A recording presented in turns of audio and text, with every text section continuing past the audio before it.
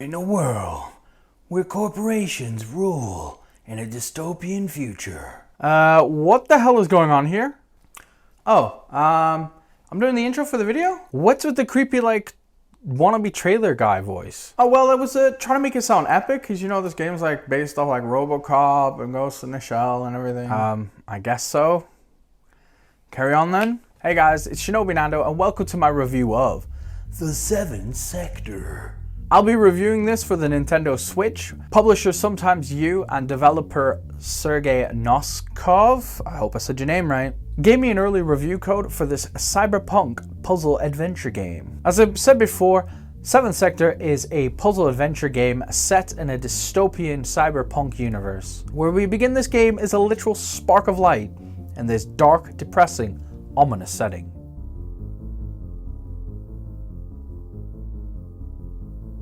The story of this game opens up with little to no explanation. A computer screen comes to life, a ghostly figure appears in the static, and we are simply compelled by the game's instructions to go forward.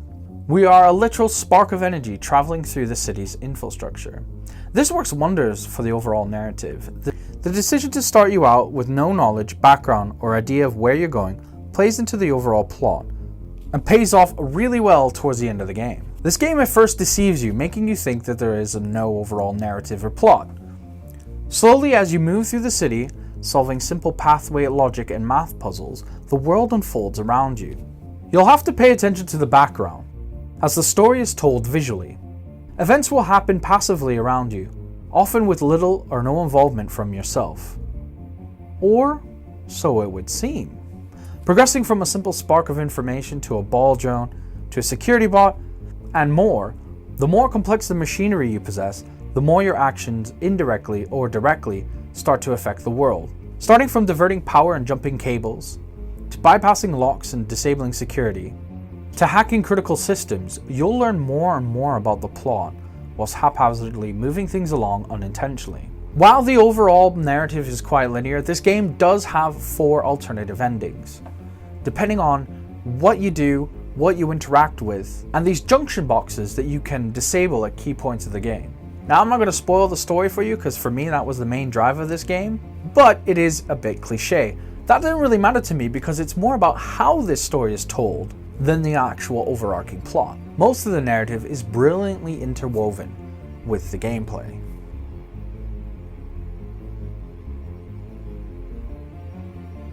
It's hard not to compare this game to similar puzzle adventures like Limbo or particularly Inside. The controls are simplistic. One button makes you move faster, the other lets you contextually interact with things. There are many different types of puzzles to solve in which you have to scour the background and environment to gain hints and tips or solutions. However, unlike past puzzle adventure games, Seventh Sector also features many math and logic puzzles, which is actually kind of fitting given its cyberpunk themes, and is really befitting of the player character. Most of these puzzles work brilliantly, with the odd head scratcher as the game progresses. Some are simple while others are challenging, and some I had to brute force my way through to solve, as there are times when the hints are a bit too subtle.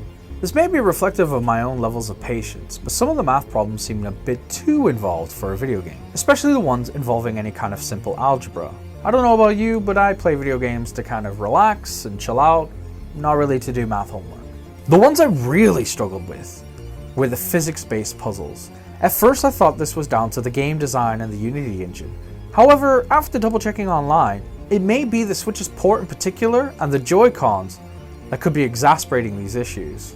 One of the most infuriating ones involved controlling an RC car. Not only did the perspective change from 2.5D all the way to 3D, but the controls were ridiculously clumsy. There were many times I got caught on objects, stuck behind the things I had to move. That's right, you have to use RC remote control car controls to basically push these cans into an elevator to meet a maximum weight limit. After solving a simple algebraic math problem, I was very close to giving up on the game at that point. The car would randomly turn. I got stuck behind objects. I'm not one to get angry and crush or break controllers, but I swear I nearly threw these out the window. Another particularly infuriating one is where you had to use a flying drone to balance heavy boxes, fly through a maze, and then drop the heavy boxes into a bin in order to weigh down a door and make a pathway. That particular one, I really had to fight the Joy-Cons. Maybe this won't be such a big issue on the larger consoles or on PC, but it felt like to me like the Joy-Cons just weren't precise enough to move this flying drone accurately. This issue also kind of bled over into some of the races, where you had to race against other enemy drones or against the clock in order to hit certain checkpoints or barriers. I constantly found, and it may be due to controller drift, although I was pretty sure that my green one didn't have it, that the drone would just randomly slow down and I'd get caught or run out of time. Luckily, these gameplay issues seem to be few and far between. Some of my actual issues with completing the puzzles related to the visuals.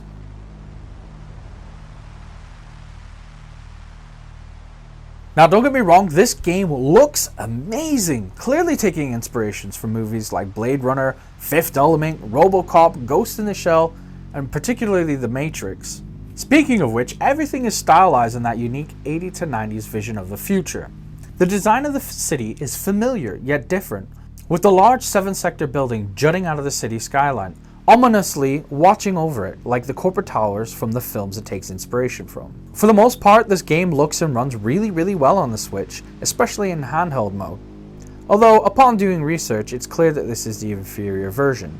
Whilst I only really had a few technical hiccups here and there, the graphical errors become particularly noticeable in the Switch's dock mode, where I did most of my recording. At first I thought this was just the art style. It only became apparent when I tried to solve some puzzles, though the graphics were more than a little rough around the edges. In fact, I had to look up some solutions, and particularly the maths problems, because the graphics were so blurry I couldn't make out if it was supposed to be a dot representing multiplication or a line signifying subtraction. This also extended to other issues where the solutions are hidden in the background of the game. Without that visual clarity, it becomes really difficult to progress, and there was more than once where I almost felt like giving up or had to look up one of the many guides online. You gotta remember that there is absolutely no talking in this game, or literally barely any except for background noise, as well as not a whole lot of text to give you any hints. When the graphics aren't up to scratch and all of your solutions and even your narrative is told visually, it makes it really difficult to play the game. Not game breaking, but definitely infuriating. Whilst I said before there's actually little to no talking other than some muffled background noise, heavy one-note tones play throughout as you slowly move throughout the game, instilling a sense of dread and hopelessness. Nobody's Nail Machine does a great job of setting up the atmosphere of this game. Another immersive touch is the strong clicks and clacks of switches, machinery, and dials, and the that those old-style computers do when they process things. It really helps sell the setting.